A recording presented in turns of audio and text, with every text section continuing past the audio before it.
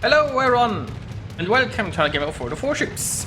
Today's replay is from Cobra A, and he is in the Alaska, a Tier 9 US cruiser. And we are starting off with an airstrike that, well, the planes got shot down, but obviously he got an attack off, because it's a Tier 8 carrier against a Tier 9 US cruiser. What else can you expect these days, right? Anyway, I'm not here to bitch about anti-air, I suppose. So, we are on the map Sleeping Giant in a 4-point domination game.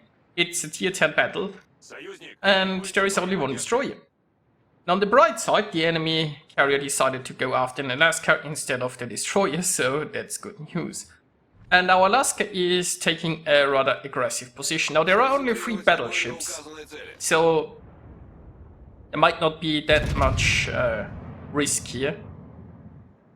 And he's currently still somewhat in cover. There is an Ibuki showing full broadside, not really the way you want to go, but good for the friendlies. And Ibuki continues to show broadside. Interesting choice. Now the friendly team seems to be on a very aggressive approach here, not something that you see very often. Ibuki is down. And yeah, our Alaska has to be careful because he's showing broadside himself against whatever's behind this island. So he's popping. Oh, that's a Smolensk. Now, you know that smoke might not be very helpful against the radar here. Now, obviously, the Smolensk can no longer see anything because, well, he deployed a smoke screen. But come on, there is the radar. Now he also has Hydro running, so and dodge those torps, and the small hands he's done for. Turns out smoke doesn't protect from radar. Who knew, right? So now the Kitakaze has realized where. Well, it looks like he has realized that this isn't going in his team's favor here, so he might be bailing. No, wait, he isn't. He's still behind this island. It probably should be bailing though, because the friendly team is very aggressive and the enemy team shows no indication that they wanna help this Kitakaze out. So in comes the carrier. And obviously the carrier managed to do a drop, because no amount of anti-air can stop a carrier from dropping these days. So yeah. Now the enemy team seems to be grabbing the A camp. The friendly force at A, despite the fact that they have a lot more ships, they aren't really all that aggressive so far. So we will see. But the friendlies are doing very well here on the D side, and this is just a joy to look. There is an aggressive battleship. I mean, I would say that Cobra A was a little bit too aggressive maybe early on. Like there was a certain risk involved that might not have been worth it. Worked out this time. But at this point in the game, it's 4 against 4, right? I mean, it used to be 6 versus 4. Yeah, and the friendlies were aggressive despite inferior numbers. But right now, it's 4 against 4. The Kitakaze is somewhat contained behind this island.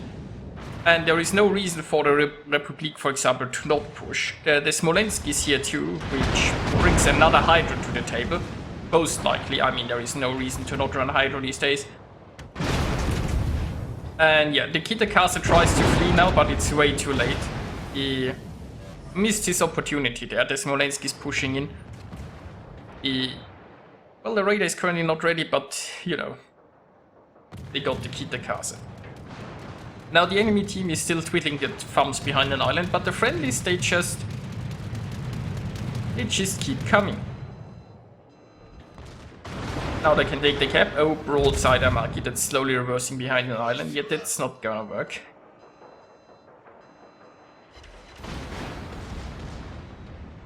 I mean, he might make it behind this island, but he's probably going to take a bit of damage before that. Then again,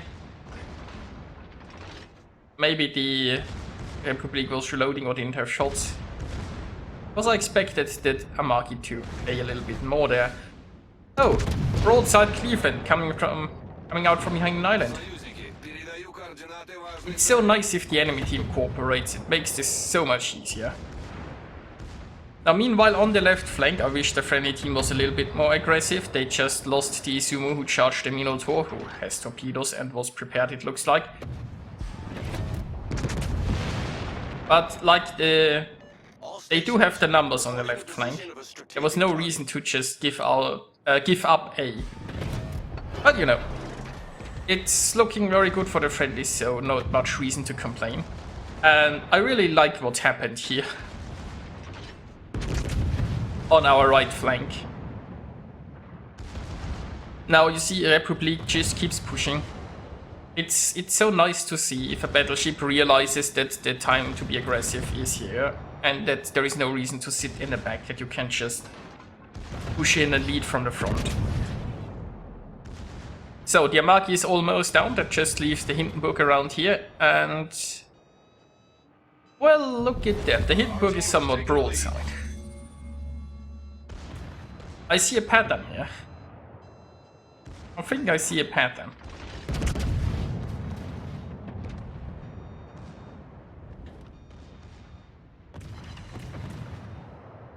Now it also looks like that the enemy team might have stopped fighting for A there, and that a lot of those ships are now going over here to the D cap. Not sure if that's the best choice. The enemy positioning is a bit weird because they have way too many ships here behind the A cap where they're probably not very useful. The Minotaur got overwhelmed because he had absolutely no support. It's just a miracle that it took this long. And now the friendlies are going to take A as well, and I mean the enemy team. It's barely any ships remaining at this point anyway. So, turns out that the aggressive team is winning. I mean, who would have thought?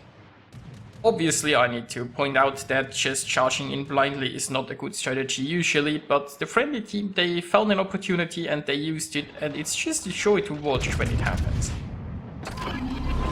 Now, broadside Yoshino. I mean, broadside didn't work out so well for its other team members, but you know, I mean, you can, I guess, just keep trying. I don't know. And, well, goodbye, Yoshino. Next up, we have, you might be shocked, but it's a broadside Buffalo.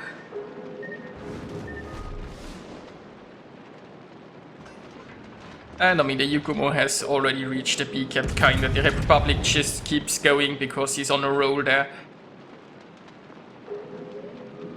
And I mean, there is no... there is another that. I mean, it's clear at this point that the friendlies are going to win, and they're going to win this, like, with a steamroll. But what I really liked about this replay is just...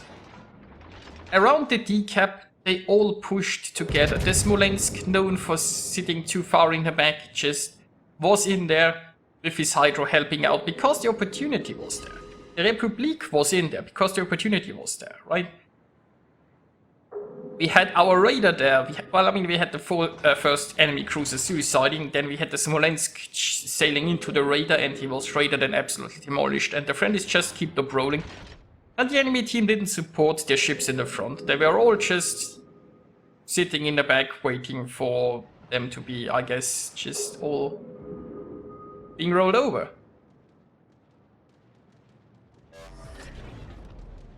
So, we have the Prince here charging in, probably with torpedoes against the Chobart, and then only the Lexington remain.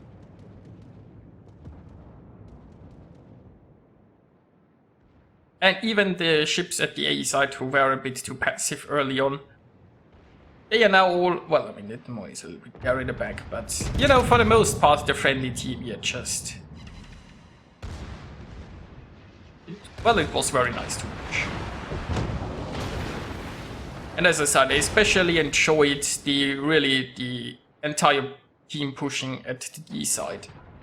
So, Lexington remaining, and, well, the game's already over.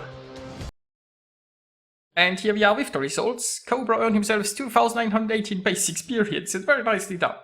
And at the second place we have the aggressive battleship, that's also nice to see. The Republic got rewarded for good play. Lovely.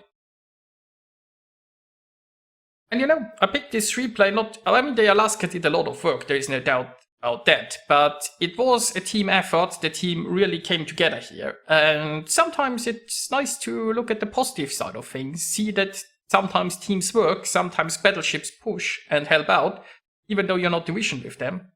So yeah, I hope you enjoyed watching this, and I'll see you guys next time.